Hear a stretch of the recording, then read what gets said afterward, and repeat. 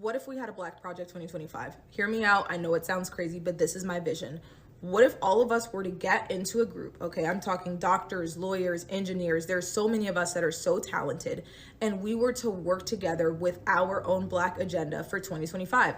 I'm talking opening up Black-owned grocery stores in certain cities, Black-owned banks, so that way we can actually get our home loan to do what we need to do, our own doctor's offices, our own law practices, and we really were to just congregate and push towards our goals and our outcomes, right? And so this is how I envision it going. We can all get into this group. We can all donate what we have to donate on a monthly basis.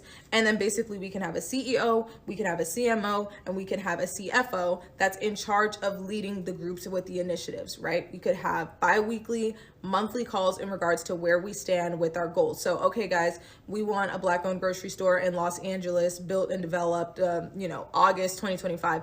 This is where we stand. This is how much we have funded. This is what's needed. This is where we are in the process. And we just go from there. And so we can just kind of congregate. And then on top of that, in this group, we could also just have a massive directory of Black-owned businesses. So that means that everyone that joins this group swears off of purchasing from these large corporations. I'm talking Black-owned coffee brands, clothing, everything you guys can think of, toiletries, like down to everything, like body washes, everything we use and consume on a daily basis. It is no longer purchased from these large corporations. It is purchased from one another.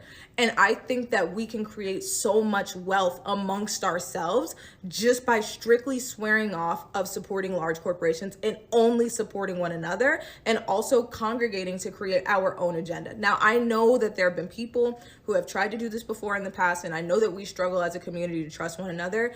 I don't really care about all that right now. I just personally feel like if we are able to put our pride aside and get it done, I feel like it could be one of the most impactful things done in Black history. Like maybe there is a silver lining in Kamala not being able to get into office, because as a community, we just become that much more tight knit. Do you get where I'm coming from? I don't know. I know it sounds crazy, but I just feel like this is something that we should do.